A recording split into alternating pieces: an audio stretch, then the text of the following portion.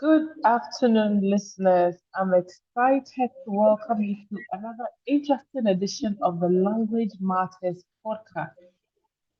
This afternoon, we will be talking about language and technology. I am your host, Dr. Mami Fonikas, and I'm thrilled to take you on this journey to unveil the intricacies of this dynamic relationship between language and technology. So, we're going to have a three-part series in these conversations. And this is the first part. And we'll be looking at the intersection, trying to understand the intersection between language and technology. I am delighted to introduce to you my guest, Justice. But Justice, I would prefer that you introduce yourself to our audience so they get to know a bit more about you and why you have joined us this afternoon. So over to you. Good afternoon, Dr. Nim. This is it's a privilege and opportunity to educate your audience on a very important topic. Before I dive into that, my name is Justice Apade Junior, an IT consultant from Ghana, and currently consulting for United Nations Development Program on several projects for the nation Ghana. And I also consult for National Authority, where I train youth in digital skills and a communication expert. So, as far as this episode of the podcast series is concerned, I think it's necessary that I also contribute my knowledge in educating the audience. Thanks for the opportunity once again. Thank you so much for accepting the invitation. So I wanted to dive straight in and try and understand, if you can help us understand a bit of a historical context. How has language or technology shaped language from a historical perspective? Okay, language as a way of life. Language as a medium of communication between human beings in general, be it in English or any other local dialect. It has become a dynamic and ever-changing entity, which has intricately woven itself into the very fabric of technology progress throughout human history. And from the earliest form of communication, inched onto curveballs to a sophisticated digital platform of today, like the social media and the forth, language has, over the years, adapted and evolved alongside technology advancement. Now, there was inventions of writing systems that marked a significant leap forward, and this has brought about hieroglyphics, cuneiform scripts, and alphabets that allow for preservation and transmission of knowledge across generations and the generations yet unborn. As societies developed, so the means of communication. And as the age of industrial revolution has occurred, there was an introduction of what we call the printing press or print media, which at that time was considered as a leapfrog. Little did they know that there will be other technology to actually surpass that renovation. Now, with the printing press revolution language dissemination, this has enabled mass production of books and newspapers that helped democratizing access to information readily available to everyone. The industrial age introduced what we call the telegraphs and telephones, which transcend geographical boundaries instantaneous communication across the globe. And the language has to adapt to succinct the telegram codes and the nuances of spoken conversation through a phone line or any medium of communication, just as what we are using now. Now, there also an introduction of a radio and television, which further propagated language and shaped accents and dialects as people were exposed to new linguistic influences across the globe. So the overall idea of technological advancement in the historical patterns go hand in hand, but then technology has not come to actually replace the medium of communication, but rather a complement. If I may say, it's rather a complement, but not a total solution to actually erode or degrade the language formality. Thank you very much. I mean, as you were speaking, I just had here wondering that isn't it fascinating how language serves as a mirror of human progress? I mean, it just sort of echoing all the shifts in our society over time. And with the advent of technology, the evolution of language has indeed taken on a more even remarkable turn. Now, you mentioned the printing press and all that. And I think equally fascinating is this social media, email, instant messaging, which have all helped to bridge the geographical gaps and allowed us to communicate effortlessly and also introduce some new linguistic forms. Maybe if you look at how we send text messages, acronyms, emojis, and internet slang and all that. So really, this is really, really fascinating. Now, so my next question is that the digital language has undoubtedly ushered us into a new era of communication expression. And I think that this has both problems and advantages. So if you can just throw light on the new forms of communication and expression that have evolved as a result of the change in the digital landscape, that would be brilliant. Okay, so that's definitely. So we're talking about the impact of technology on language usage and communication patterns. Now, the digital era has catalyzed a profound transformation in the language, the usage, and the communication patterns. And the advent of internet and the social media, as mentioned earlier, have revolutionized how people interact and express themselves, thereby using abbreviations, acronyms, emoticons, image as a tool to convey emotions and ideas concisely in the realm of limited characters and fast-paced online conversations. And this has resulted in a shorthand writings, which in the long run is trying to degrade or what we call a language erosion. The rise of smartphones and mobile messaging apps led to ambiguity of texting and instant messaging, which by reshaping the grammar rules and introducing a new linguistic phenomena like autocorrect and predictive tests. These are all AI integrated models.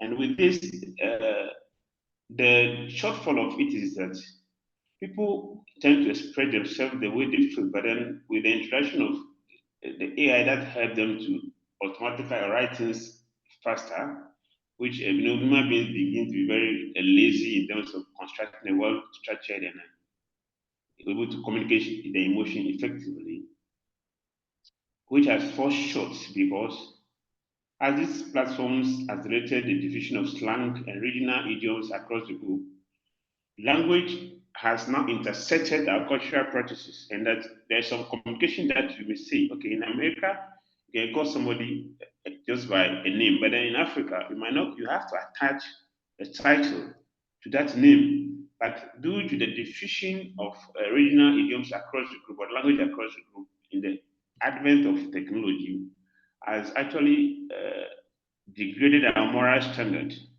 And however, the digital age also gave a rise to concerns about what I mentioned earlier as what we call the language erosion and degradation. The brevity of online communication often sacrifices depth and context. What they mean is that complex structures may be replaced by emojis or GIFs, which in the right senses might not explain details for the recipient or the receiving pattern.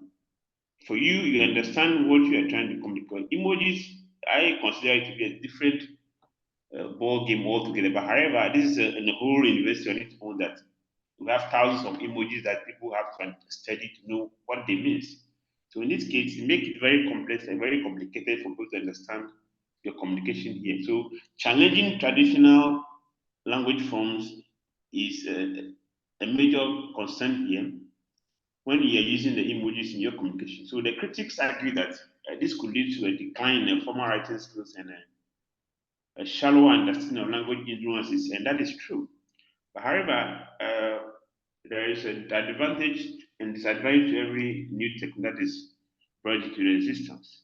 So, hence the rise of AI in language processing, which we call the NLP, is a tool, an algorithm that has come to help to analyze content summarization and translation of language across space. Why it is necessary? Because bilateral talks in terms of business across the group is important for each individual to understand what a business partner or party is communicating. However, language differences has actually created a barrier in how to integrate or to communicate to a party. So with the introduction of AI, is a tool though has criticized or has been criticized over the years, but still a complement to help bridge that gap. So in totality, I may say, well, we have the disadvantage, all right, that may bring a shortfall, but then as human, we continue to learn in the society. As human, we continue to learn the bad and good of it. So it depends on how you efficiently use it to the good of yourself or to the bad. So all depends on our behavioral patterns in society as a whole. Hmm. Thank you very much for that. And I think one thing that again stood out to me is the fact that so these new trends in digital communication can sometimes lead to misinterpretation and misunderstanding because we are communicating across the globe. We are talking to each other, but one emoji might mean something differently to someone else in another context. And I think to address, lay the fears of those who think that these forms of communication is going to lead to a decline. So I'm of the school of thought that think that no, I use all these emojis and I still write clearly. So it's just having a good balance, understanding where to use what. And I think if listeners should go with anything, it's important that we know that there are specific places where we can use certain forms of language. You cannot be writing a formal email and be, particularly with somebody you are meeting for the first time, and be introducing emojis and acronyms and shortcuts. They just implicate the interaction, make it difficult to understand each other. And I love that we talked about AI because that's the next question I want us to touch on. So, language evolution changes. Now we have the added burden of AI. So, for those who are listening, can you just break down what AI is in layman's terms? And I know you've touched on a bit in your previous talk, but if you can just let us understand the advantages and the disadvantages that AI poses to us in this digital era, particularly when we are talking about. Okay, so basically, when you talk about artificial intelligence, it's simply a machine trying to perform a human task, Hmm. which happens to be a human effort. But it does not come to replace a human effort or human activity, but rather in to complement. So the argument that AI has come to replace human tasks is invalid and must not be regarded as such. So talking about the integration of artificial intelligence into language processing represents what we call the paradigm shift. Now AI powered chatbots, virtual assistants, in language translators are transforming a cross-cultural communication. And we have a natural language processing, which is an algorithm in AI which we use to analyze massive amount of textual data, enabling sentiment analysis, content summarization, and language translation with an increasing accuracy. Now, the impact of AI is more multifaceted. mm, While it enhances language accessibility and cross-lingual communication, it also prompts questions about its originality and authenticity. So AI generated content challenges a distinction between human and machine generated language, which raises concern about what ethical and copyright issues. So with the evolution of language alongside technology advancement showcases some sort of adaptability and resilience. And the digital age has profoundly shaped language use and the communication patterns, which is ushering a new both possibility and challenges. And these challenges are bound to happen, and the rise of AI in language processing introduces what we call a new era of communication, which is bridging the gaps and fostering interconnectivity while raising important ethical considerations. So as technology continues to evolve, language also will undoubtedly remain an evolving companion on the journey of human progress. So when we talk about the challenges that we face as the human being, or let's say I may say language bias and equity in AI has to do with the fact that the AI is developed by human being, and then the content of that AI is produced also by human being. So in that instance, there will be some challenges that we'll face as human beings, as far as we are not perfect. Now, to actually understand the complexity and the challenges that AI will pose, or the limitation that it has created, I would like to dissect or to actually dive in back in detail. So now, the potential of artificial intelligence in detecting and addressing language bias is a groundbreaking advancement that holds, I may say, promise for creating more inclusive and equitable communication platforms. AI is trained to recognize the biased language patterns, flagging content that perpetuates stereotypes or marginalize certain groups. So, assuming that there's so much talk about human rights, gay rights, whatsoever. So suppose the one who is in behind the AI content will make sure that whatever content that he or she is writing is in their favor. So anything that is against them, they will try to fine tune it to suit their belief or their emotions. So in this case, that is where the AI may come for short. So if you realize that you have people who are behind the AI, quote unquote, have a moral decadence. So in this case, the whole society will be thrown into that moral decadency, and it will be a very big challenge to the society as a whole. So, talking on the sentiment analysis techniques can also be employed to assess the what we call emotional tone of language and highlighting the potential biases that the AI might cause along the line. So, AI itself, well, it has come as a, I may say, uh, provide alternative suggestions for biased language and encourage users to what express themselves in a moral, neutral, or inclusive manner.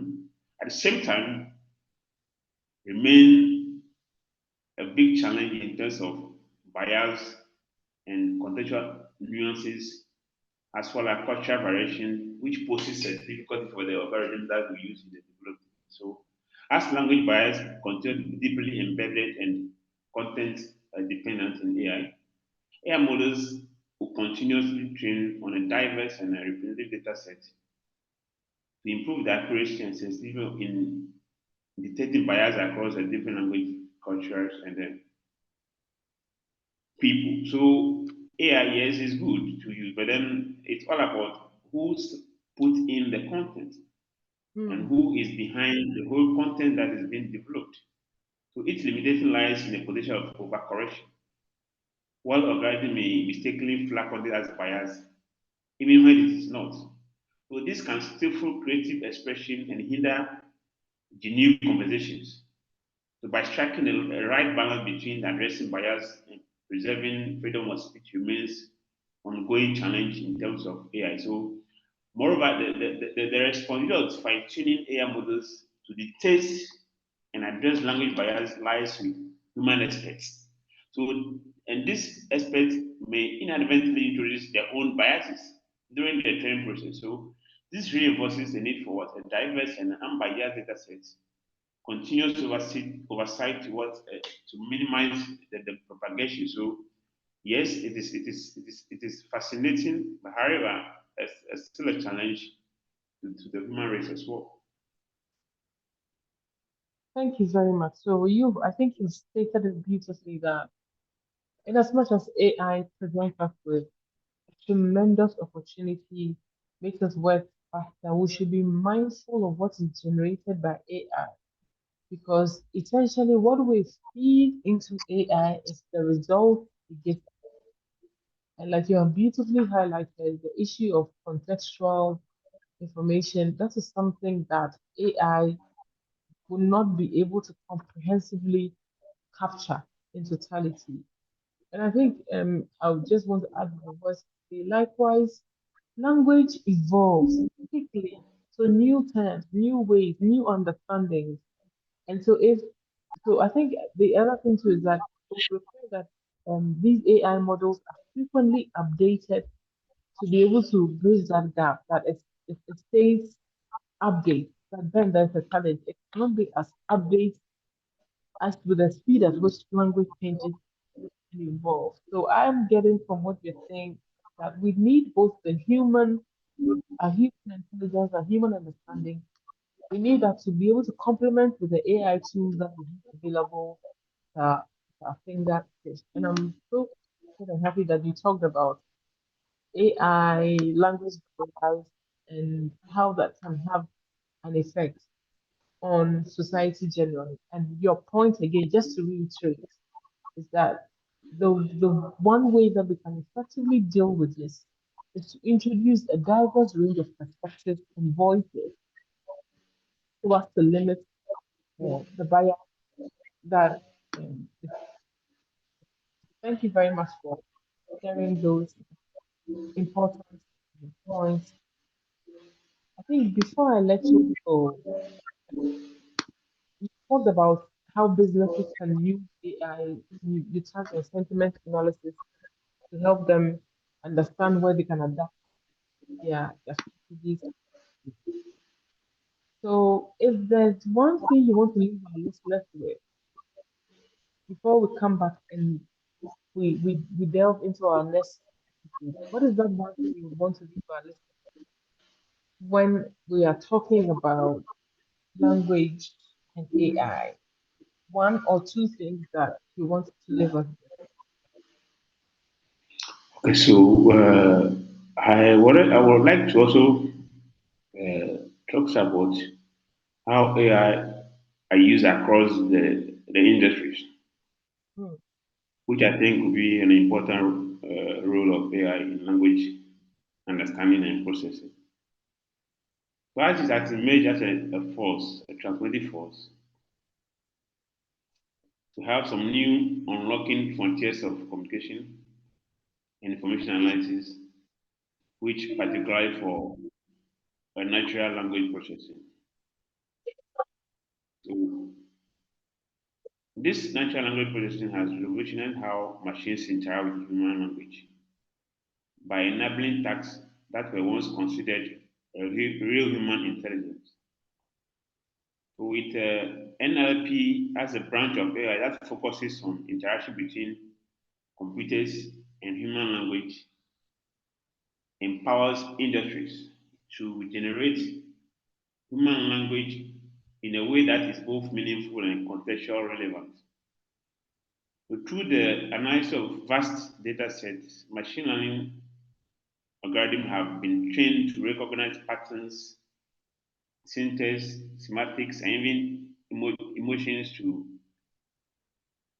help industry to process information without even physical presence of any human being or human intervention. So I want to look at how the application of this language or this natural language processing span across diverse industries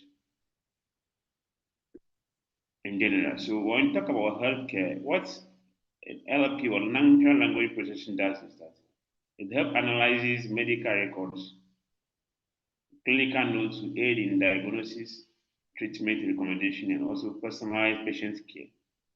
That is the key major task that you can apply artificial intelligence when it comes to healthcare.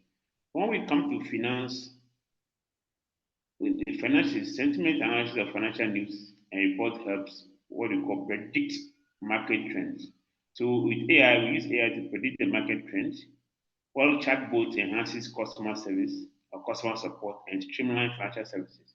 So in the absence of customer service, the AI come in there to educate the client on the financial market and expenses. So customer service, yes, was said to have become obsolete because AI will come to replace that. But still, there's an argument to that that yes, it has come to replace, but rather a complement because not all the response that the AI can actually generate for the customer. So the customer service, we have AI chatbots that provide instant responses in the absence of human being, which in offering efficient customer service and enhancing user experience. We also have the e-commerce, which is an online store where we might not have the vendors present 247. And then with enabling presence of natural language processing help to interact with the users or the customers by providing them reviews and analysis and market trends or recommendations of product that they would like to purchase or like to have access to. So that is one of the aspects. Also, the next aspect is content creation. With the generation of GPT chat, the work of content creators become obsolete. However, you can only excel in this if you complement AI as a content creator to automate your processes, then it become a relevant tool and it will still help them stay in business. When we come to the legal industry, in the natural processing language also helps analyze legal documents, contracts, and cases such as histories for fast legal research. So we are looking for research that I think I have to go through all the digital space to set, but with AI, at the advent of AI, there are some legal cases that once it has been updated, you search for that reference sheet. AI will help you to get it at a faster space with more detailed content. That is helping the legal, let's say, legal industry as well. So yes, I think it has come to complement our efforts that we do for so many hours within the shortest possible time. That task can be accomplished. So yes, I think AI is a good tool that we have must all use, but then it could be a benefit for us, provided that we harness or we focus on its merit at the expense of the demerit. And I think that's what I can love with for now. Thank you very, very much for your time. It's been an insightful conversation, and I look forward to the next episode. So, listeners, thank you very much. We bring this first segment to an end. And as usual, I'd love to get your comments, your feedback. If you want me to ask just any specific questions, please do leave your comments or your questions in the comments, and I'll have him address them in the next episode. So, Justice, thank you so much for your time. It's been an honor. Privilege. You're welcome, Doc. Thanks for the opportunity.